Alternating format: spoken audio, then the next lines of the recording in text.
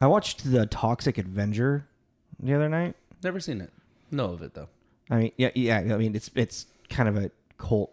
Like, if you know about movies, you know Trauma and whatnot. Are they remaking The Toxic Avenger? So apparently it already has been fucking remade, and I can't find it anywhere, and I'm like so pissed because like it has Peter Dinklage and Frodo, what's his name, Elijah Wood, and fucking like... It's when he said Frodo, what's his name? It was like Bilbo! No, wait, that's not right.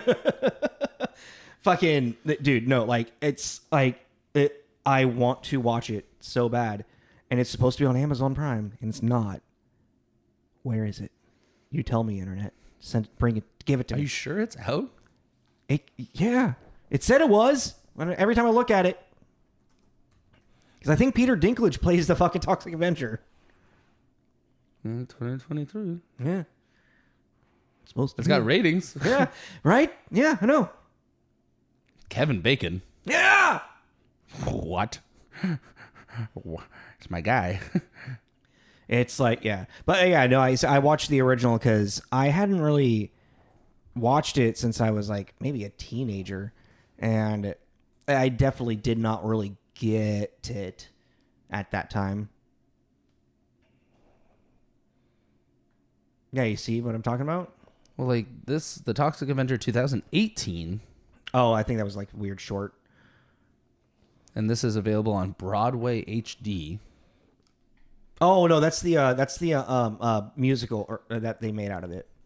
Yeah, no, dude, Toxic Avenger kind of had like a weird like regrow up or blow up thing for a hot minute. Yeah, that's weird. Can't find it. I can't find it. I mean, I looked for the last 20 seconds, but yeah. Interesting. But I mean, it's really what's the interesting with the movie is just like how offensive it is.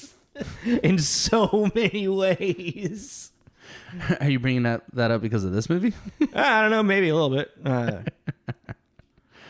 Because I forget why I watched it though. Oh, it was because I watched Mazes and Monsters, one of Tom Hanks' first movies, and I was just kind of in a nostalgia kick.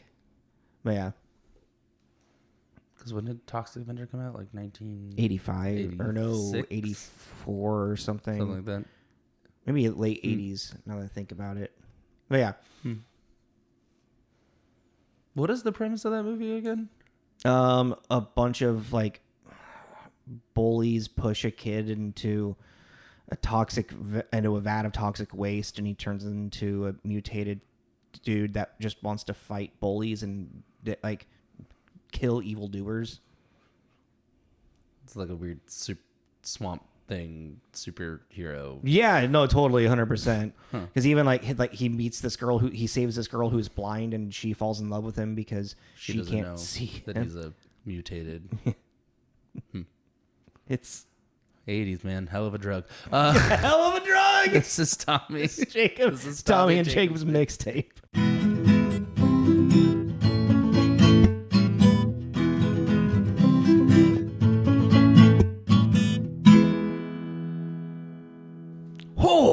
That's some Peter Snow, man. He reminded me of the Ghost of Christmas Past from Scrooged. Oh yeah. That vibe. Oh yeah, 100%. Hello everybody, welcome back. We're doing a movie. I don't know why I said that. Like we haven't.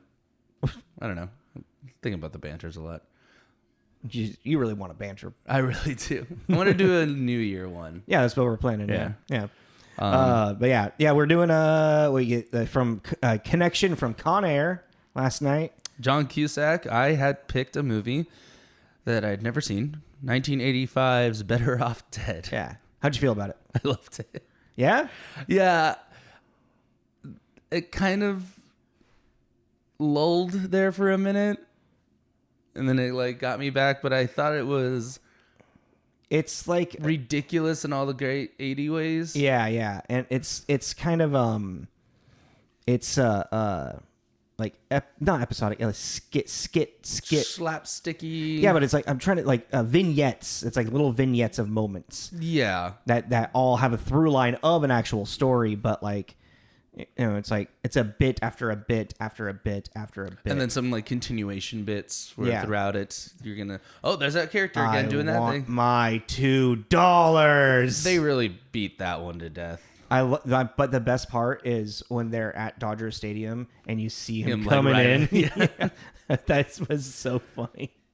But yes, this was released August 23rd, 1985. Mm-hmm. Quick synopsis and just a heads up. This movie does talk about suicide, I guess. Very casually makes suicide a joke. Yeah, from the IMDb synopsis. Even the trailer. It felt like more of a thing that ended up being a thing. Yeah, and it was kind of like, well, okay, so in the 80s, there was this kind of like darker side of humor at the time that suicide was very much just kind of like the butt of a joke. Like, think of Heathers. Groundhog Day. Yeah, well, that's early 90s. Well, I was just thinking about like when black comedy at this time, suicide wasn't a taboo topic as much. It was, but it wasn't taken as seriously. Yeah. Like, there was still like, suicide hotlines, but like there's even like the joke of the phone booth, it's like, you go to a phone booth to kill yourself, or like people on the top of the, you see a person like, the whole. Oh, that's the Futurama joke. Yeah. I never put that together. God damn it. Or like in, I know this is later, but Yes Man, the person that's like standing on the ledge, ready to jump off, and take their life. And he doesn't. Yeah, he plays the song. But like, no, that was an ongoing joke where it'd be like someone on the ledge, like, I'm at the end of my rope. And they're like, don't jump. Someone's like, jump. And, Or I just saw the Robot Chicken where Thanos did the snap and it's all the worst moments possible. Oh, yeah. And it's like, like a guy on the edge of the ledge and your mom's here to talk to you. And then as he goes to hand her the bullhorn, she gets snapped. Yeah. And then he's like, oh, this is your mother. But yeah, suicide is very casually joked about in this movie. If that is a trigger for you, either have a good day, don't want to listen to this episode, I understand. But yeah, we'll kind of casually be talking about it as well. Because it is weirdly a casual thing. Mm-hmm. You almost forget. You're like, oh yeah, that's what he's. There's like there's one scene in particular. Also, like the fact that he's like why he's just attempting. But that's kind of the humor of it too. Yeah. Okay, we'll get into that. So yeah, a high school boy is dumb to become suicidal. Yeah, but it's a comedy. Yeah, because it's over the top. Yeah, and I think that's what it is. It's so the package of this movie, like the container that it's in, is already like over the top that you don't even really take the suicide seriously. Yeah. Because like with its introduction, the opening scene is like a panning through his room, and it's just pictures of the girl, of his girlfriend Beth, and it's like two of like, if like this is like Hannibal Lecter, like fucking stalker level of... but in this world, in this universe, it's not. It's normal. Yeah, it's a comical. Yeah, because it's got like a rock song playing, and it's just like that 80s teenage montage, kind of not montage, but kind of slow panning of look at the teenager's room. It's setting the scene, setting the scenario. Yeah. Or even like there's posters, and instead he's taped her face over the poster. Yeah, it's. Even like when he opens his closet, all of his clothes, the hangers have her face on it. It's just like, Jesus. And it's not creepy because it's the joke. This young boy is just so infatuated with his girlfriend, It's like it's almost to the point where it's like you get it. It's like he's more in love with the idea of her than actually her. Yeah. Because even there's that one line that he says where he's like, 6 months for nothing. And you're like, yeah, that's not really that much time, man. But for a high school kid, it's an eternity. Yeah, that's a part of, there's like a big part of their life. That's a half a year. Yeah. You're only in high school for 4 years. That's a long time. All right. How many movies did you count for 1985? 14. I got a 22. 22. Yeah. Yeah, there wasn't a lot. I mean, it's 85, so yeah. Well, a lot of them not a lot, but a few of them we did. Yeah, I know. Enemy Mine, Star Trek. I was like, Yeah. oh wow, 1985 is a popular year for us. Yeah. I was like, oh, I wouldn't have watched these if it wasn't for the podcast. All right. Well, let's get into actually who directed this and created it, because there's a lot of interesting correlations between this, him, and another person, and the future, our current young adult or a young children television. Director and writer is Savage Steve. I don't know. It sounds like a real wrestler. It does sound like a wrestler's name because Macho Man Randy Savage. Mm-hmm. But he did a lot. He also did One Crazy Summer with John Cusack as well. Animation department for that. I believe he did the animation for this as well. I don't remember. Or maybe he not. But he moved on from doing like these like 80s like kind of rom-coms. No, it was animated by his collaborator Bill Cobb. Okay. Cobb. He went on to like create like Sabrina the Animated Adventures. He did Eek the Cat. He directed for Even Stevens and Lizzie McGuire. He went on to pretty much do like that. Even like if you look at this movie, like I wrote a note that I wrote off for this movie is better off Disney, because the style and format of these jokes is like Josh and Drake, is like Hannah Montana, is like this like current thing of like children's television. Mm-hmm. You know, even like when you're looking at like when the bad guy is getting introduced, like I'm just sitting there watching. I'm like, I'm watching like 20-aughts like kids television right now. Yeah, but in the format of like a dark 80s comedy. Yeah, that is an actual the interesting thought about it. Well, because he created that. Yeah. He runs the studio called Savage Studios that directs, produces all of those shows. This is he created this format. Interesting. And then one of the co-stars in this, Dan Schneider, who plays Ricky, he's the guy that created All That and The Amanda Show and Josh and Drake and Zoe 101.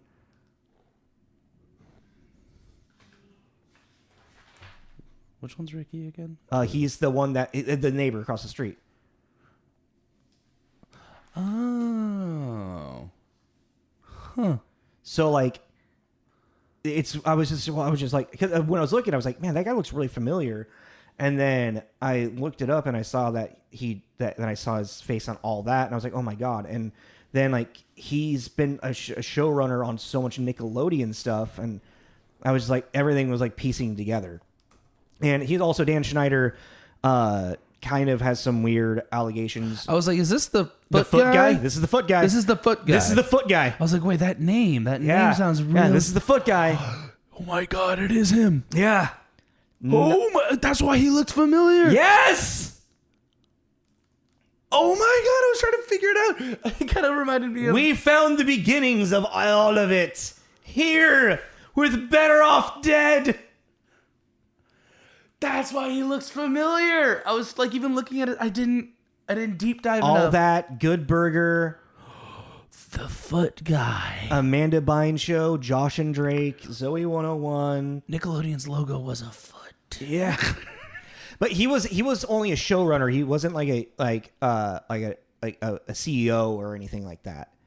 But even still, he had influence over like the image of Nickelodeon for a very long time. Whoa. Yeah, he got fired from Nickelodeon for apparently for just like he was becoming unprofessionally like angry, like he would like throw tantrums on sets and stuff. But a handful of women did come forward about being uncomfortable around him, and he had a tendency to share pictures of young actresses' feet on Twitter or something of that sort. Interesting. Yeah. The plot thickens. So it's like I feel like Savage Steve Holland and Dan Schneider were probably really good friends from either before this movie, through this movie.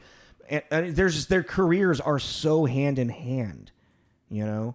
Like Savage more so like he did a lot more Disney stuff, but still produced like and did like Savage Studios still does stuff between Disney and Nickelodeon. Yeah. Dan Schneider was just more of a Nickelodeon. How that is an interesting little piece of history. Yeah, and also like and what's crazy is like really looking at the form of this movie, like the style of humor, even though yes, darker and kind of more like adult-ish, 80s teen. Yeah, it's more an 80s teen. But you think about like how this is vignettes of moments. Like think when he's in the burger shop and he's like imagining like he's a mad scientist creating it. That is a Josh and Drake sketch. That is an Amanda Bynes show sketch. Yeah, I was half expecting the burgers to start like fucking each other. I really thought it was gonna turn into what was that movie? What's that with Seth Rogen's food movie? Oh, Sausage Party. Yeah. I was waiting for something to get really weird with those two burgers, and then I didn't. I was like, oh, okay, cool. But yeah, so this was written and directed by Savage Steve Holland. Yes, and it's just really interesting to like see kind of where like our childhood, like because even like he directed like Even Stevens and Lizzie McGuire. Yeah, like not all of it, but like episodes, and like what is it? Ned's Unclassified. Ned's Declassified School Survival Guide. Yeah, I never watched that show. I think I was a little too old for that show. That was very. I feel like that was more your generation. Well, that was very this. Yeah. Very sticky. Yeah, exactly. Kind of. Yeah. That was really. Because the whole thing was, he was making a survival guide for surviving middle school. Yeah. So. Exactly. Yeah. Situation by situation. I remember that show being pretty funny. I feel like it has a really big following of people. Because that's the thing is I didn't really ever get into the live. Like I really wasn't an Even Stevens. Really wasn't Lizzie McGuire. I didn't really watch the live stuff. I was still really into I like animation, so I watch a lot of animated. That's fair. Oh, that's what you mean by live. Okay. Yeah. I mean the live shows on Disney and Nickelodeon stuff. I didn't really watch. It's every time you say live, I'm thinking like it's a sketch. Oh no, comedy show like all that all that was recorded live action. There we go. Yeah, a live action stuff. I wasn't really into. I was still really much into the 3-camera setup. Yeah. Yeah. I was really. Carly. That's the thing. Sam and Cat. Victorious. At that time though. You could not watch them if you were on those channels. No, 100%. Yeah. So it's like I have very clear skits in my head from those shows, but I can't tell you definitely a lot more from iCarly, for me, because whatever her like the tall dude that was all goofy was that her brother? I think it was her brother. Yeah. I thought that guy was fucking hilarious. I loved the dumb shit he did. Well, and when he comes in with a llama, I'm just like, dude, this is this guy. This is my guy. Drake and Josh and Drake. Drake and Josh. Yeah, Josh was really funny. Yeah, when they build themselves into the room on accident. Megan. He had a glow up, man. Yeah, he did. He pulled a Neville Longbottom for sure. All right. Well, let's get into who's starring in this. Better Off Dead. I mean, it's easy to go down that rabbit hole. Yeah, because I didn't even like the guy looked familiar to me, and then I just kind of went, okay, I've seen him in something. Yeah, no, I didn't realize he's like a. Well, I was looking. I'm like, I gotta figure out why this guy looks so goddamn familiar. He reminded me of the Ortho from Beetlejuice. Yeah. But I was like, well, that timing doesn't make sense. So I thought that's what I was doing. Oh, I thought I was just like, oh, crossing wires. Kind of looks like that guy. Yeah. So, starring, as we said, John Cusack, who plays Lane. He was in Con Air. He was in Con Air. Say Anything, High Fidelity, The Martian. We talked about him a lot last week. Gross Point Blank. Yeah, I actually want to watch that one. It's fun. Yeah, I really want to watch that one. It's when he shows up. One of my favorite parts is he goes to the place where his house used to be, and it's now like a 7-Eleven or something. But he didn't know that his childhood home was torn down and replaced with like a Quickie Mart. Huh. So he just walks in. He's like, "Whoa, my bedroom was right here, right here. No, it's chips."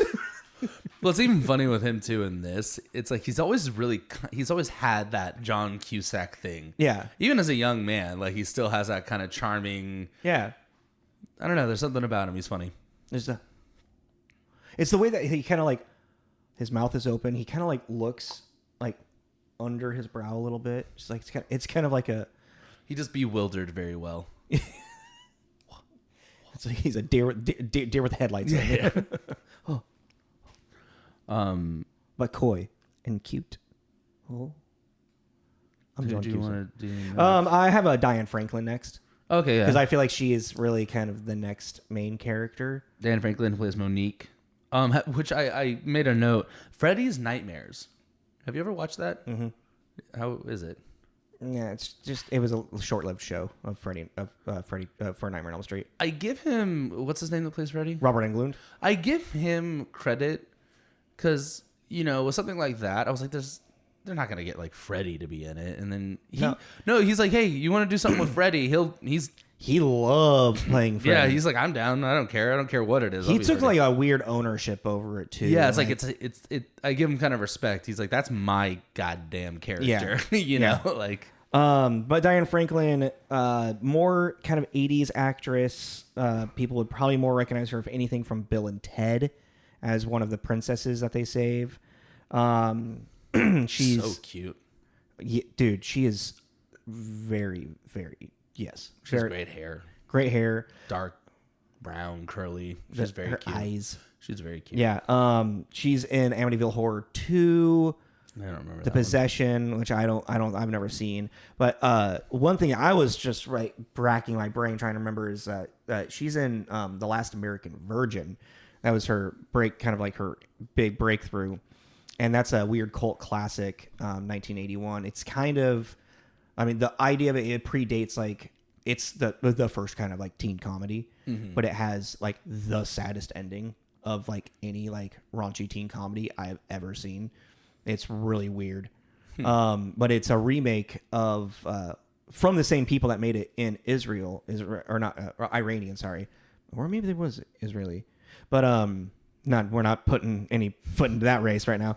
But in 1978, Lemon Popsicle, and it's almost like it's a shot-for-shot remake of what they made in their home country as they were moving into America to make their own production company, which became Canon Films, which produced like Superman 4 and and what's the death, the doctor that's family gets killed, and so he goes on a revenge kill mission.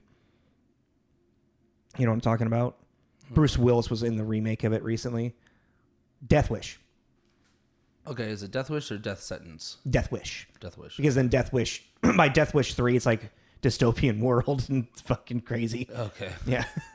The Canon Films has an insane backstory of film production. It's like Bruce Willis and I think John Goodman's the bad guy. Okay. But yeah. So yeah, Diane Franklin. It's interesting. Her character in this, we'll get into it. It's kind of a manic pixie dream girl ish. Mm-hmm. Yeah, we'll get into that. Yeah. Who do you? I guess Curtis Strong next. They're all over the place. Yeah, Curtis Armstrong. Yeah. Who's his friend? What's his friend's name? What's his name? Charles. Yeah. Charles DeMar or something. Yeah, Charles DeMar. He's also in One Crazy Summer with John Cusack.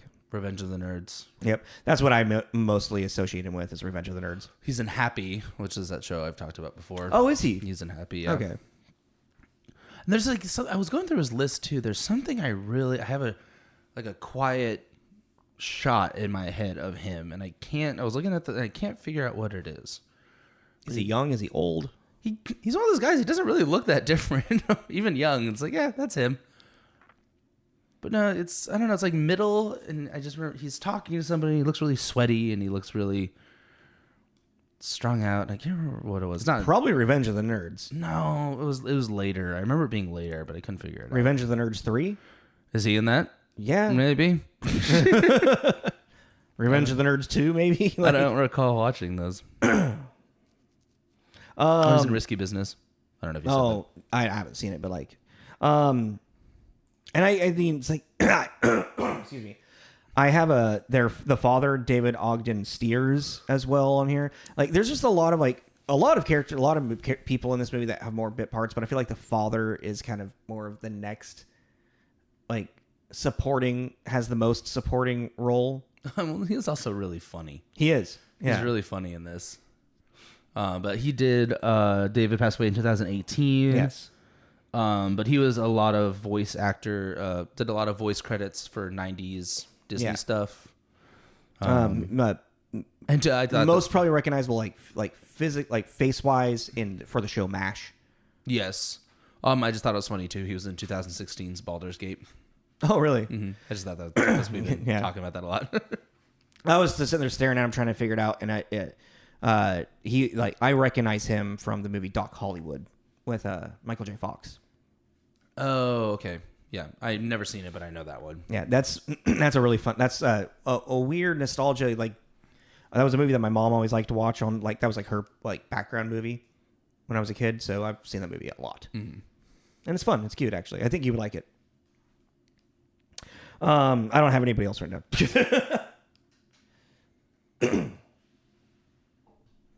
Yeah, I mean, I think the only one that we didn't.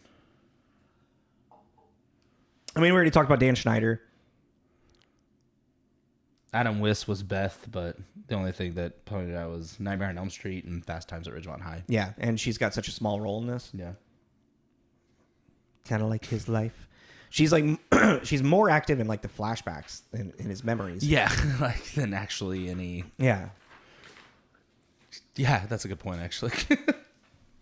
But yeah, I guess. You want to go into some reviews? Yeah, give us our scores and I'll pull it Yeah, so IMDb's got this scheduled. Got it scored at a 7.1. Rotten Tomatoes, its tomato meter is a 77, and audience score is an 87. So mid-high. Mid-high. So on the Metascore, it is a 51, mixed or average. And funny enough, there are 7 reviews. There are 3 positive, 3 mixed, and 1 negative. Okay. Brad. Wait. Oh, yeah. There's Brad. Brad Laidman at Film Threat gave it a 80 out of 100. Better Off Dead is the kind of movie that people won't really fess up to liking, but I've rarely met anyone who didn't secretly love it passionately. When was that published? 2000. And yeah, 2000. Okay. Let me know the publish. That's actually funny. I wrote them down this time. Okay, randomly. Cool. But I thought that's what made me kind of pick it, because I was like, okay, well, but even then, it's like 2000 was 23 That's years about ago. that's around the time when I watched it. Oh, really? Yeah. Oh. So that was when I was in high school. 60 out of 100. There was no date for this one. Yeah. 60 out of 100, Janet Maslin, who's been on this show before, at the New York Times. Some of the gags in Better Off Dead have more cleverness than the material. Just another silly story about a lovesick high school boy and the cute, annoying habits of his friends and family might warrant. Oh, yeah, his brother. Making he's high-tech gadgets. Yeah, but he's just like, his brother is like successful at everything he does while he's not successful at anything. Fails. Yeah. Even killing himself. Yeah. Our negative 20, the one negative 25 out of 100, Gene Siskel at Chicago Tribune. Better Off Dead, a seemingly teenage comedy that wasn't good enough to be released during the prime summer play dates, is utterly devoid of appeal. Written October 15th, 1985. Oh, wow, okay. And I don't know, there really wasn't anything interesting with the reviews. Those were kind of I mean, this is kind of a movie that it just kind of exists in its own space, and it's either you like it or you don't. I mean, I'm kind of like indifferent with it.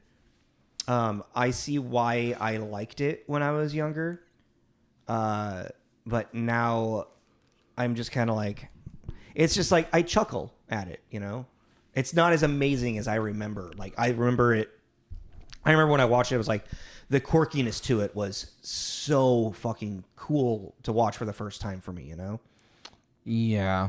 Because it really is chuckle. Because even if you're gonna like the first chuckle I really remember getting was he is getting ready to hang himself in the garage from the breakup, and he gets he realized like, what am I doing? Yeah, he has this epiphany of like, wait, I've never been to New York. Like, this is crazy. This is crazy. I have a whole life to live.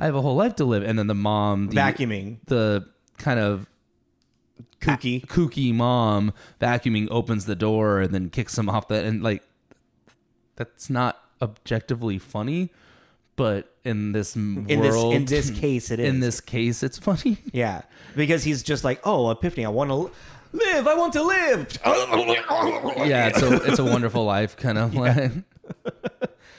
The moment that really got me good actually was when the mom is serving whatever gruel. Yeah, no, but it's like, yeah, but even just like when she starts to serve it and the dad's like trying to like, son, we need to talk about the vehicle and the car and just the pause of the, yeah. The dad was very like Bob's from Bob's Burgers, yeah, where he's just dealing with his family. Exactly. And he just wants wants a peace. bowl of cereal. Yeah. That's all he wants. But yeah, no, like when that scene where that goo crawls off his plate and whatever, like, cause like it's alive. Literally, that's where it clicked for me. Where it was like, Josh and Drake, like this is Drake and Josh. Whatever. It's not the title of the show. Drake and Josh. Like I literally, I was like, just imagine that being Drake watching that happen. Mm-hmm. You know? Oh, he's in hot water too. Yeah. Dan Schneider. Sorry. The secret side of Nickelodeon. But like, right there. It was like, and also like it kind of like started like ringing a little bit of a like in my head, like at the very beginning when the dad like he's rushing out trying to get the garage door open before the newspaper kid can throw the newspaper to break the window. Mm-hmm. But he's in such a hurry to get out. He doesn't grab his robe. He grabs his wife's robe. So now it's like, oh, he's dressed in a woman's clothing. Ha ha ha. How cute and funny.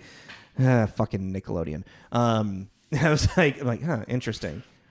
So like when I saw that he had directed all of these things, I was like, oh, I get it.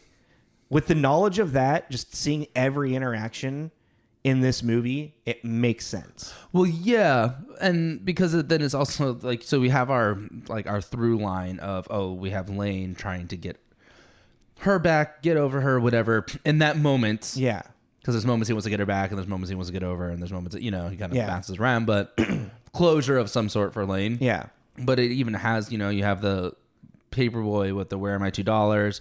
You have the drag racing. Oh yeah. Fucking what's his name from Karate Kid 2? Yeah. Oh god, what's his name? What's the Ladies and gentlemen, we have quite the spectacle what's here. The character's name? I don't remember. Chosen. Oh, from Karate Kid. Yeah. And Cobra Kai. Yeah. What? He's the in Karate Kid 2. He's the bully. Yeah. I forgot they bring him back in Cobra Kai. Cobra Kai, yeah. I was like, he wasn't in Cobra Kai. I was like, yeah, he is. No, I thought you meant he wasn't part of the Cobra Kai dojo. What are you talking about? It's a different movie. Yeah, I combined them into one thought. He also owns a couple restaurants here in Seattle. I know. Yeah, I heard that. But so there's these like ongoing gags. Yeah. Which is very much also in that kind of realm. The skiing of like down the K-12. It's like there's 3 ones that just keep going. It's the skiing down the K-12, it's the drag racing, and it's like the paperboy. Those are periodically going to pop back into... And Charles and whatever the fuck he's doing in whatever scene is happening. Like... Oh, yeah. It's just like... Snorting jello, snorting snow, holding whatever weird fetus thing that is in a jar. It's a pig. And he's like, fetus. Wake up. He was like, wake up. Is that what he says? I didn't catch that. Wake up. That's pretty. And then he's like holding it like he's just correct, like talking to Lane, just like, I'm getting ready to help you. And he's just like, you're like, why is he holding this thing? As something I know. Well, that's what's weird about it too. There's like so many moments that kind of rip you back into it being an 80s movie because you get kind of distracted by all the gags happening. But like, you know, him being like, you know, being in high school for 7 years, something I know as high school girls. And you're like, wait, how old are you? Yeah, right. Or even the teacher who was in he's I know, yeah. What's that movie called? Ghost. Yeah, Ghost. I was trying Ghost Space. Ghost, no, just Ghost. Yeah, the angry ghost. And he's like, that's another ongoing gag of everybody's gonna be asking out. Yeah, he's like, Beth, so now that you're no longer with Beth, can I ask her out? And then you see them driving out of school together. Oh, I didn't catch that actually. Yeah, that's fucking funny. He's leaving to go, like, Lane's going to his car, and the teacher drives by, and Beth's in the passenger seat, and they're leaving. And you're like, huh? Or my favorite in the moment is what Lane says when he beats the drag racers. Do you remember what he says? I cannot I don't care. He's all like, it's after he gets his Mustang or his Camaro. Camaro. He's all stoked because he finally won the race. He goes, I smoked those kamikaze pilots. Oh yeah. I went, oh my God. Yeah, I know. I heard that. I was like, yeah, couldn't get away with that today. Oh, no, it's incredible. Just the amount of shit sometimes. The 80s. It just, you're like, there it is. Yep. Canceled that movie. It's canceled. It was so funny. But it's like, even, which is like funny too, because I liked that drag race gag as just a joke in the sense of the driver brother doesn't speak. Yeah. He's the racer. That's what he does. He doesn't say anything. Yeah. That's his part. And then his brother is that old time announcer. Because he learned how to speak English through watching sports announcements. Yeah, and I think that's a kind of a funny gag. No, it is, yeah. But it's also like you could also imagine that gag in like a 20-aughts, like Ned's declassified. Yeah. All that. It's like, it's so weird with that. So I know I keep bringing that up because it's just, my mind's just kind of a little blown. Well, it's like, because it's funny, it's like the whole, you could replace that with anybody from any country really and been like, oh, this is how they learn. Yeah. And you know, and it's like, that's fine. But then they make the kamikaze joke and you're like, it was fine until that moment because it wasn't about them being Japanese. Yeah. Now you made it about them being Japanese. I just thought I was like, but I did like, what a spectacle we have here. Like, Yeah. But that's even I was towards the end of the movie, I was having this kind of fun idea in my head of like how much of this is actually happening and how much of this is like a figment of his imagination. Yeah, Lane's overactive imagination. Yeah, like the Holden Caulfield unreliable narrator idea of like a Catcher in the Rye. And weirdly enough, This is kind of a Catcher in the Rye-ish like idea. Well, but like also with that, and this is just kind of funny, I did think I was like, oh, like Doug. Nickelodeon show, which I didn't. Doug, there was a clear delineation between when he was imagining, his overactive imagination was doing something, and what was reality of the show. Well, yeah, but I'm just saying it's still in that because some of these situations, because there are moments where you're like, oh, this is kind of grounded, and then it very quickly spirals into. But it's never really ground. It's like, it's grounded, but even like the whimsicalness of it when it comes. I think since the movie did such a great job of establishing the whimsy of this world, that even like when it is grounded, when that whimsy comes back, you just accept it. You're eating the carrot. The whole movie is a giant carrot. Yeah. Yeah. So that's one of the great things about this movie is that you see what world it is and you just accept it and let it live. But you also have this separation of knowing that like, oh no, this is not a world that I kind of exist in. Like I might relate to this character, you know, in a fun way of like, you know, knowing the how ridiculous the heartbreak of a teenager is when you like, you know, your first love breaks up with you or what have you, you know. And then we have Monique, the foreign exchange student across the street. The French girl who, surprise, does actually speak English. I was wondering what was going to go on with that. Yeah. Well, because I was like, oh, okay, are we secretly able to speak English or are we going to falling slowly or once. Yeah, once fall in love over. Yeah. Well, she is a manic pixie dream girl. Like I wrote down like a blueprint for a manic pixie dream girl. She just is a manic pixie dream girl, because her role as a character is to serve for Lane's growth. Yeah, I guess that's fair, because even when the whole end make out thing happens, she lets that go really quick. Well, it's like here. So just I have it right here. The description of a manic pixie dream girl is okay. So the description says, manic pixie dream girl exists solely in the fevered imaginations of sensitive writer-directors to teach broodingly soulful young men to embrace life and its infinite mysteries and adventures. I don't know why well, I wanted to read this again. We had a technical difficulty. You'll hear and see it. Yeah, it's like, I was like, I can't really do this with a video edit anymore like how I used to. Make sure that's fucking recording. So, okay. But yeah, no, like not to discredit Diane Franklin's performance, because she does a really good job with like the accent and the role. And they had good chemistry. Yeah, they did. I liked them. You know, they were cute together. It was like it was very clear that they were going to at some point get together as but well. You know that from the year. Yeah, exactly. As soon as she was introduced, you're like, okay, this is the girl. The girl next door, across the street. She's looking across at him like, oh, he's cute. Like, and then Dan Schneider gets in. He's like, let me look at your feet. Oh yeah. Huh.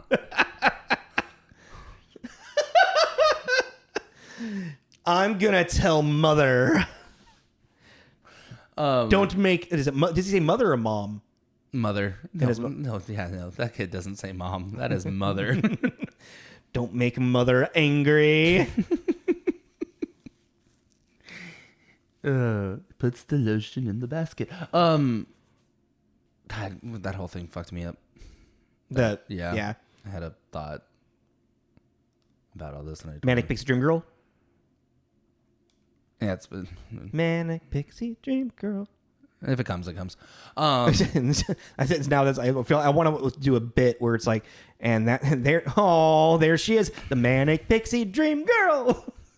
I'm a fun sociopath. Let's go let's go rescue a panda. You mean break it out of the zoo? Steal a panda? God damn it, Symphony. What is that? It's a comic bit.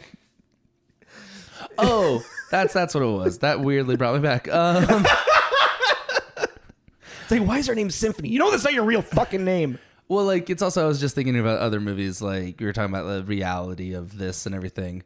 But, you know, Fast Time at Ridgemont High, Ferris Bueller, where, because even with Ferris Bueller, where some crazy shit happens in that movie for an 80s teen comedy, you know, the float thing, but it all happens. Shake it up, baby.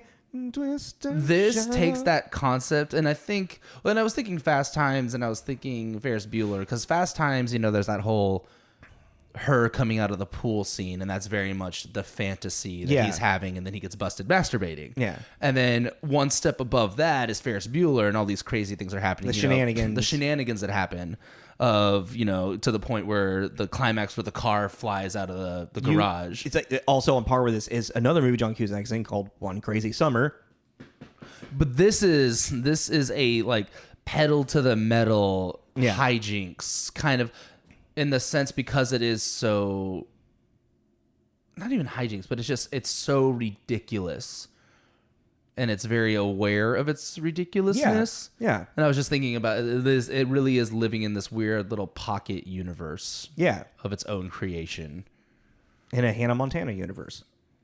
But with the guy Charles thinking that the entire mountain is just a giant mountain of cocaine. Well, no, it's he's treating it like cocaine because in the town that they're in, he can't get any real drugs. So he does whatever he can to. Oh, that's the joke. Yeah. Got it. Well, it froze half my brain. Look at my arm. My arm. Well, I can't move my arm. It's like, what do you mean? You're moving your arm. Well, because the drug thing. Thinking about the dad and him reading the your kid's doing drug Oh, handbook, yeah. and he's like using it for like terminology. Yeah. Way to keep it up, and he's like, way to bring it down, and he's like, right. Highlighting paranoia, and finds John Cusack with a bunch of Q-tips in his ears, and is like, everything is now saying that he's on drugs. Yeah. I just thought that was a fun little bit. Like, no, your son isn't on drugs. He wants to kill himself. What did we watched something like this not too long ago, where it was like, as a whole, it's not great, but you can find bits in it that you're jiving with. What was that mockumentary Rockstar one? Oh, Spinal Tap. Was it Spinal Tap that Yeah. we were talking? This is Spinal Tap. Yeah, this is Spinal. I think that was the same kind of vibe that we kind of felt about it. It's like, yeah, as a whole, the movie's kind of whatever, but you might find a couple bits in it that you're like, because it's so vignette-y. Yeah, There is a through line of story, which is Lane getting over Beth, and then and he finds that solace through Monique and her helping, like her fixing his car, becoming a friend, the companionship. Yeah. But then clearly it's like, oh, and then she's helping him to ski, and then he beats the ski. Also, the ski captain is such a Also, the fucking why it's so dumb that it's skiing. But like, why they're in Northern California? Yeah, well, sure.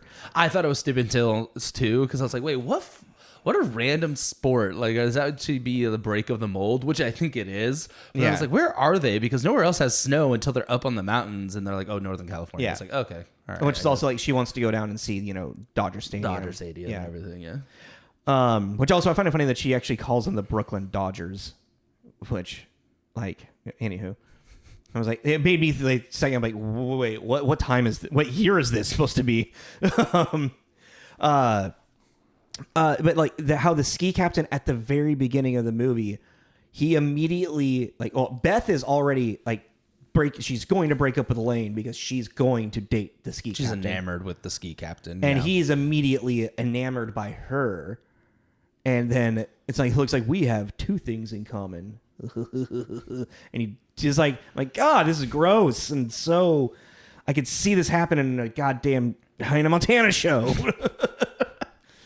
But like Lane doesn't make the ski team, which also is a spiral. And then his girlfriend breaks up with him. And then that's the ongoing joke, is the ski captain's kind of his bully throughout the movie. Mm-hmm. So then him racing the bully down the K-12, which is like apparently the most dangerous ski hill of all time. People have died doing it. Yeah. Yeah. And then Monique's just like, no, just move out of the way and stuff. And she just does it perfectly. Well, that's what Charles says first. Yeah, I know. Which is also funny. Because like the same exact advice, but since it's coming from her, it makes sense. You can now do it. But also him, and then ski. The ridiculousness of him, he's on one ski. He's like, he's going down on one ski. Well, it was actually kind of funny. There's something following him. They actually got pretty good skiers for the skiing. Yeah, they did actually. Shots, actually. Yeah. I was like, right? Yeah. Like, actually, these are some pretty, like, these are the people skiing down this hill, and that guy doesn't have he only has one ski on, and he's doing pretty good. Dude, stuntman, dude. Yeah. Stuntmen are crazy. I was like, all right, cool. That was actually some of the better shots of the entire movie. I was like, all right, we got some actually pretty good skiers doing this shit. Watch someone that's a skier is like, what are you talking about? I'm like, okay, fine, it worked. I don't know anything about skiing, so I've done it once, and I'm terrible at it. I've never done it at all. And then like with the climax of him having the what are those? What are the ski poles? Ski pole, yeah. Ski sticks. Hey, slap into a ski stick. The ski stick fight with over a Monique. Yeah. And then he finds his nerdy girlfriend. And then he abandons mother. Who, I liked that. That's what I'm saying. You'll find like he's when she blows her face up. Well, like what is it's primer? Yeah, yeah. And she just chugs this it. liqueur is just phenomenal. It's like, you're gonna die. Like, it's really stupid. That's gonna poison you. But yeah. Yeah, I don't know. There's just, like the dad's talking to Monique, and then So I can't remember what he says. Oh shit! I just realized something. What? I'm gonna just do something real quick. Better late than never. Yeah, no, seriously. But the dad's like saying something to Monique, and he's like, Dad. Oh, he says it's slow. He's like, Dad, she doesn't speak a lick of like English, and he goes start saying it slower. He's like, Dad, she doesn't understand English. He's like, of course she does. Who doesn't understand English? Yeah. Just the stupid American, Right. Okay. I mean, it's probably not, but like we're at like 50 minutes ish with the audio. There's not really much to talk about this because it's so shtick by shtick. Yeah. You can just get into rating. I mean, no, it's about a young man trying to overcome his girlfriend. It's breakup and the hilarity that ensues. Yeah. I guess. I mean, it's a coming of age of the middle-aged young white man. Well, and it's like the story we get again and again in the 80s, pretty much. But like, you know, if you read the synopsis on, on IMDb. Yeah, on IMDb. After his girlfriend ditches him for the boorish ski jock, Lane decides that suicide is the only answer. However, his increasingly inept attempts bring him only more agony and embarrassment, filled with the wildest teen nightmares. Yeah, that's a thing. It's really makes it seem way more of a prevalent. Yeah. Because at the end of the day, he only does like three things. He's starts accidentally hanging himself. And there's the idea of setting himself on fire like a it's monk. With the primer. Yeah, and then he tries to suffocate himself in the garage. Whatever that's called. Some auto no, what? No. Auto what, Tommy? Autoerotic asphyxiation. No, definitely not in this movie. Yeah, the car thing that what's his butt tries to do in Office Space. Yeah, but I mean, he's just trying to suffocate himself with car exhaust. I don't know what the actual term is. I can't remember what that's called. And that's it, right? Not that's it, but you know what I mean. I feel like there might be one more ish, but it doesn't. I don't think so. But even then, we can't even remember what it is. Yeah. So it's kind of like, not to diminish anything, but it's like this. If you read the synopsis, it really makes it seem like it really is this dark suicidal comedy, and it kind of really isn't. It's just kind of a really bizarre slapsticky teen. Yeah. Because when he has his lows, he has his weird highs, like when he's imagining the food coming alive at the in the restaurant that he's working at, and he destroys the entire restaurant. Yeah. So even like when the animation comes alive in him, and it's like you know Beth talking back to him and what all that blah blah blah. The movie is just it's Lane's journey to accepting Beth is no longer his girlfriend, and then he's going to date the French girl, who I think is a lot more attractive than Beth anyway. So not important. They were in love. But yeah, so it's like, I just think it's, especially we have talked about these kind of things on the podcast before in a very more serious way. This isn't, or in a serious way, but then also in a product, a media that was taking it more seriously. Yeah. This is really just a really weird conglomeration of jokes. Yeah, exactly. It's vignettes. Yeah. But with this idea that it's about this teenager committing suicide, and it's like not really. But it's not. That's just like that's one of the many bits in it. Well, and that's the reason. I guess the reason I'm kind of like focusing, like honing in on that, is because when I read that synopsis, I was like, a 1985 John Cusack teen comedy about this subject. I was very, very like, what is gonna happen? I said on the episode, I'm very curious about this. And I kind of remember it being like, even like when I was younger, remembering it being more of a prevalent thing. Mm-hmm. But like, I think it's just like, I think, there was parts of this movie I didn't even fucking remember as well. It's like, I think like, now. Oh, really quick. The singer at the dance. Mm-hmm. That's a voice of Timmy. Wanda. What is it? Cosmo and Wanda. Fairly Odd Parents. Yeah. With the great hair and the silver dress. Mm-hmm. That's Timmy. Yeah, and Tommy, and yeah, she's a voice actress for a lot of Nickelodeon stuff, and she's just a popular voice actress. I love the '80s. I loved her look. dude, right? Big hair and the sparkly and the Great voice. yeah, that was cool. Sorry. But yeah, I don't know how people smoked in the 80s. What do you mean? All the product in their hair just like that hair don't move. That's gonna combust. Yeah, like there's a lot of shit in there. But yeah, it's just like, you know, I always want to be at least self-aware and self-conscious about this kind of topic because I don't want people to feel any type of way. But this movie, if you read it, it's very different than on paper than it is in actuality. Very much so. It's just a really weird 80s movie. Okay, carrots.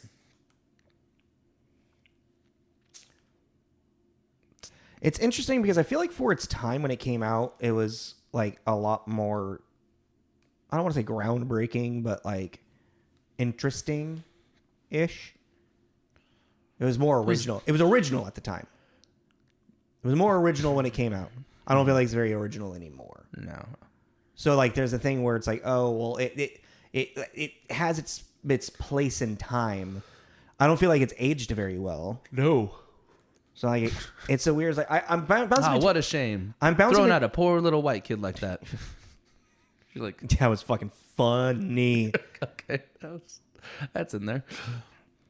I feel I'm bouncing between like a 2.5 and a 3. Oh, I was gonna say a 2. So I don't think it's that bad. So well, but if that's the case, then it's a 2.5. 2.5, yeah. Because like the through line is very clear. You know, like I never felt like. The story and the beats are very flushed out and clear. It's just kind of like a, oh yeah, okay. It just didn't. It's like like you said, for the time, it's kind of interesting. It's kind of an interesting, but it just didn't. Lane doesn't have much growth. He doesn't really learn anything. Yeah, but I mean, it just never. It hasn't. Okay, what am I trying to say? It never broke the mold or the barrier that these other 80s classics, that even the few that we mentioned on this. Yeah. And it, at this point in the year of 2023, it will not. Yeah. It would have had its moment.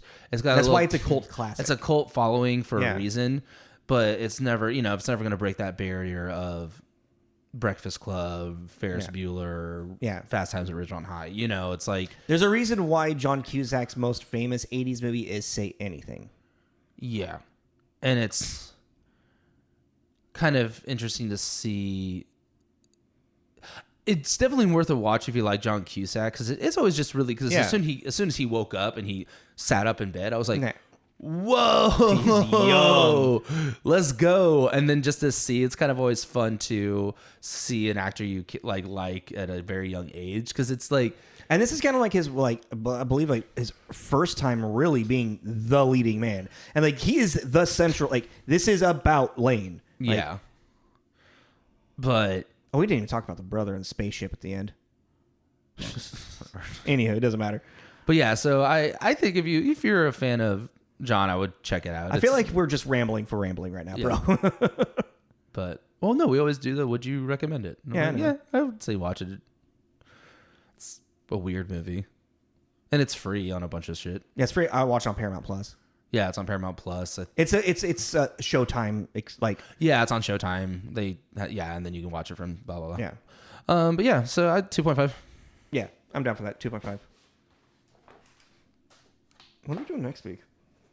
I think we're starting holiday, right? Are we? Yeah, I think we are. Oh boy. Oh, we're doing Jingle All the Way. Is that where I thought we were doing the other? Oh, no, sorry. We're starting with the ref. Yeah, I was like, which makes sense because we're going into now another dark. Yeah. Yeah. Okay, so we're going to start our holiday block. Oh, God. We're going to start with the ref. And then we're going to do these 4 holiday movies, and then we're going to go back into this game that we've been playing. Oh, yeah. Well, there'll be our banter somewhere. Oh, yeah, the New Year banter kind of thing, and then we'll go back into this game. Okay, so yeah, 2.5 out of 5 carrots for Better Off Dead. Please join us next week for the ref and the kickoff of this year's holiday season. Yeah. Jingle bell, jingle bell. Batman smells. Robin laid an egg. The Batmobile lost its wheel and Joker got away. Hey. This is tough. Wait, follow us on Instagram. Fuck me. our link trees on all of our posts, so you can find out where you can listen to our podcasts. Also on YouTube if you like video instead. But yeah, that's everything. Thanks for listening. This is Tommy. This is Tommy and Jacob's mixtape. Later, guys.